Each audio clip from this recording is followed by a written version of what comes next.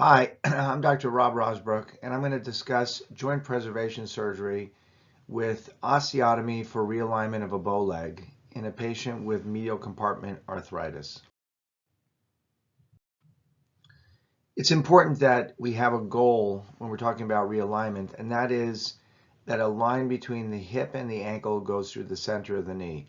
That's what assures normal knee mechanics. As a person has more bow leg or varus deformity, the force on the medial side of the knee, the inside of the knee goes up, and the force on the outside part of the knee goes down. And that creates a situation where the deformity overloads the respective compartment of the knee. And that's what we're trying to remedy with this approach. Here's an example of a woman who has large bow leg alignment deformities and advanced medial compartment arthritis of the knee. Essentially, you've got bone-on-bone arthritis related to long-standing overload of the medial joint compartment. Knee pain, awkward gait, issues with body image, and here arthritis has become the problem. When we plan these surgeries, we use geometry to figure out the angle of the correction and the location of the osteotomy. And the typical osteotomy is in the proximal tibia, just about 2 inches below the knee, to realign the leg. Let's look at Adam, a 55-year-old male who has bilateral bow leg alignment, as you can see from the long x-ray. The medial compartments of the knees have been overloaded for years, and there is moderate medial joint space narrowing and pain.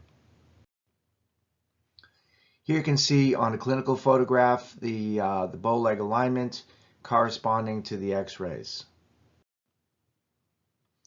Now our approach here is going to be an opening wedge osteotomy at the proximal tibia, illustrated here in this planning radiograph, to achieve a normal mechanical axis. In surgery, we perform the opening wedge osteotomy and use intraoperative navigation to confirm that the alignment between hip and ankle is optimal. The steps of the osteotomy include placement of a wire to plan the location and orientation of the osteotomy. The opening wedge is then filled with a trial, and then this is measured, and this is replaced with bone graft and a titanium plate and screws. The joint space congruity improves quite a bit, as you can see here from the pre-op to the post-op. The medial joint space has opened up because it is unloaded, and the overall congruity of the joint has improved quite a bit. So the right side is done, and now we are planning to do the left side. The same thing has been done on the left side with opening wedge during surgery. And this is the final clinical and radiographic appearance with correction of the malalignment. Before and after, clinical photographs show a significantly improved appearance. Adam is very happy. He walks better. He feels better, both in terms of his appearance and his knee pain and his mobility. The preoperative x-rays are shown here with the large mechanical axis deviation, and this has been corrected.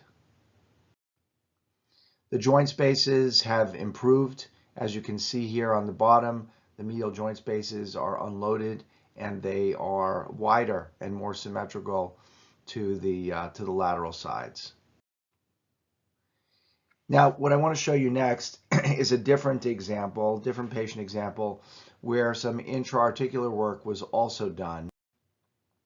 At the same time that the bow leg was approached, arthroscopic procedure was done, and we were able to identify full thickness cartilage loss on the medial femoral condyle.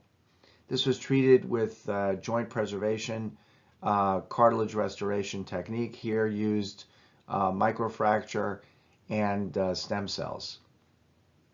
The osteotomy was done for realignment. These are the outcome pictures of the osteotomy and the realignment.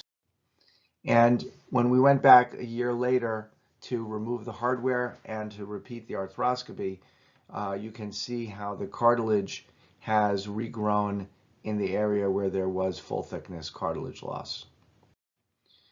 So this case is a nice example of joint preservation with osteotomy and realignment for medial compartment arthritis of the knee.